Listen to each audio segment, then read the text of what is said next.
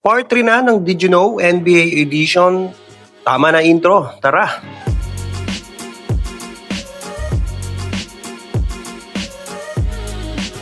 Alam na ng madami na si Kobe Bryant ay naglaro lang sa Los Angeles Lakers hanggang sa matapos ang kanyang karera. Pero alam mo ba na noong 2007 ay muntik nang matrade si Kobe sa Detroit Pistons kapalit sina Rip Hamilton, Tayshaun Prince, Amir Johnson at 2 first round pick? Pero sa interview ni Kobe kay Stephen A. Smith, ay sinabi nito na sinabihan niya daw ang management na hindi siya pupunta ng Detroit, kaya hindi natuloy ang nasabing trade. Pero imagine Kobe Bryant wearing Pistons jersey with Chauncey Billups, Rasheed and Ben Wallace. Hindi malayo na hindi lang isang nakuhang kampyonato ng Detroit noong panahon na yon. Kaya minsan, isang no lang pala ang pagitan ng kasaysayan at imagination. Alam mo ba kung saan nanggaling o kinuha yung 76ers sa Philadelphia? Or anong meron sa 76? Bakit ito ang napili nilang pangalan? Well, ang 76ers ay galing sa 1776. Taon kung kailan pinirmahan ang Declaration of Independence sa Philadelphia. Yan yung sineselebrate nilang 4th of July every year. Kasi noong July 4, 1776, doon nagsimula ang kalayaan ng Amerika mula British rule at ang lungsod ng Pili ang naging sentro ng kasaysayan. Noong 1963 nang bumili ng bagong NBA franchise si Irv Kosloff at lumipat sa Pili, gusto nila ng team name na may malalim na historical connection. Nagpakonti sila para sa bagong pangalan at nanalo ang 76ers bilang tribute sa makasaysayang 1776.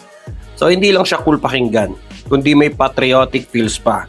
Parang tropang Texter lang yan at Batang Pierre, malalim.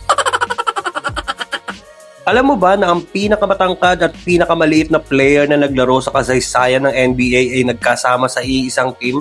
Ang pinakamaliit na player sa history ng NBA ay si Muggsy Bogues na may height lang na 5'3". At ang pinakamatangkad ay si Manute Bol, ang tatay ni Bol Bol na may height na 7'7 feet. Nagsama sila sa iisang team noong 1987 hanggang 1988 sa team ng Washington Bullets. Akalain mo yon, may 26 inches gap ang height nila. Parang kuya at bunso, David at Goliath. Para nga silang mag-ama sa court eh. Pero pareho silang matirik sa depensa. Sila ang patunay na kahit anong height mo, kung may puso ko sa laro, NBA is for you. Alam mo ba bakit Lakers o mga taga-Lawa ang napili ng Los Angeles Lakers? Kahit parang wala naman lawa sa LA. Well, ang Lakers kasi ay hindi naman nagsimula sa Los Angeles. Originally, ang team ay Minneapolis Lakers. Oo, sila ang dating Minnesota. At ang Minnesota ay kilala bilang Land of 10,000 Lakes. So doon, bagay ang Lakers bilang tribute sa napakaraming lawa sa lugar. Pero noong 1960, lumipat sila sa Los Angeles. Pero nagkatamara na ata magpalit ng pangalan kaya binitbit na nila yung Lakers. Kaya naging Los Angeles Lakers. Madami pa namang Lakers fan sa Pilipinas. Alam mo ba, noong 2016 to 2017 playoffs ay nagtala ang Golden State Warriors ng record na 16 wins at only 1 loss?